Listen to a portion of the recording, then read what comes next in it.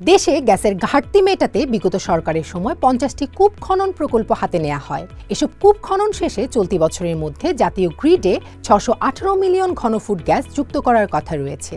যদিও এখন পর্যন্ত খনন হয়েছে কেবল 18টি কূপ, যার মাধ্যমে দৈনিক 194 মিলিয়ন ঘনফুট গ্যাসের সংস্থান নিশ্চিত করতে পেরেছে পেট্রোবাংলা।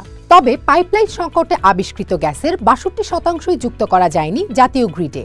প্রকল্পটি শেষ হতে আর মাত্র 3 মাস সময় থাকলেও পেট্রোবাংলার ঊর্ধ্বতন কর্মকর্তাদের সঙ্গে কথা বলে জানা গেছে বাকি কূপগুলো খননের কাজ এ বছরের মধ্যে শুরু হবে।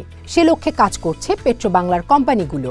তবে এই কাজ শেষ হতে 2026 সাল নাগাদ লেগে যেতে পারে বলে জানান তারা। পেট্রোবাংলা সূত্রে জানা গেছে, দেশের গ্যাসের ঘাটতি মেটাতে এই প্রকল্পের আওতায় নতুন কূপ খনন, মূল্যায়ন কাম উন্নয়ন কূপের ওয়ার্কওভার করা হবে। এ প্রকল্পের আওতায় এখন পর্যন্ত পেট্রোবাংলার সাবসিডিয়ারি উৎপাদন কোম্পানিগুলোর 18টি কূপ খনন করে দৈনিক 194 মিলিয়ন গ্যাসের সংস্থান নিশ্চিত করতে পেরেছে। তবে পাইপলাইন সংকটের কারণে মাত্র 74 মিলিয়ন ঘনফুট জাতীয় গ্রিডে যুক্ত করা হচ্ছে, যা চাহিদার তুলনায় যৎসামান্য। খোঁজ নিয়ে জানা গেছে, দ্বীপ জেলা ভোলায় বাপেক্সের সঙ্গে যৌথভাবে 3টি কূপ খনন করে রাশিয়ার রাষ্ট্রায়ত্ত প্রতিষ্ঠান গ্যাজপ্রম। এর মধ্যে ইলিশ 1 কূপে গ্যাসের সন্ধান মেলে 2023 সালের এপ্রিলে। 2.5 বছর পেরিয়ে গেলেও সেখান থেকে এখনও গ্যাস উত্তোলন করা যায়নি। ইলিশা ছাড়াও ভোলা নর্থ 2 ও টপগি 1 কূপে গ্যাসের সন্ধান মিললেও পাইপলাইন না থাকায় সেগুলো জাতীয় গ্রিডে আনা যাচ্ছে না।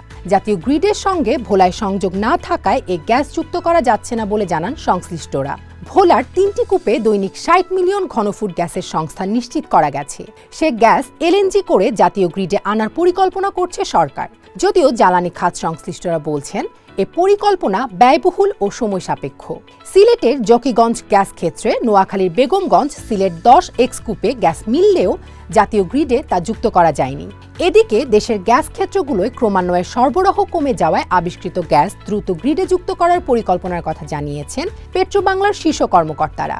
জানতে চাইলে সরকারি এ সংস্থাটির পরিচালক প্রকৌশলী মোহাম্মদ রফিকুল ইসলাম বণিক বার্তাকে বলেন, পাইপলাইন সংকটের কারণে ভোলার গ্যাস গ্রিডে যুক্ত করা যাচ্ছে না, অথচ সেখানে 60 মিলিয়ন গ্যাসের সংস্থান রয়েছে। আমরা চেষ্টা করছি আবিষ্কৃত বাকি গ্যাসও যত দ্রুত সম্ভব গ্রিডে যুক্ত করতে। এর মধ্যেই রশিদপুর 7 কূপের গ্যাস গ্রিডে যুক্ত করা হয়েছে। এছাড়া সিলেট 10X ফিল্ডের গ্যাস আগামী ডিসেম্বরের মধ্যে গ্রিডে যুক্ত করার পরিকল্পনা রয়েছে। জ্বালানি বিভাগ সূত্রে জানা গেছে, 50টি কূপ খনন প্রকল্পের বাকি কূপগুলোর মধ্যে 18টির উন্নয়ন প্রকল্প প্রস্তাব অনুমোদন রয়েছে। 3টি ডিপিপি অনুমোদনের অপেক্ষায় রয়েছে। এছাড়া 6টি কূপে গ্যাস অনুসন্ধান কার্যক্রম চলমান।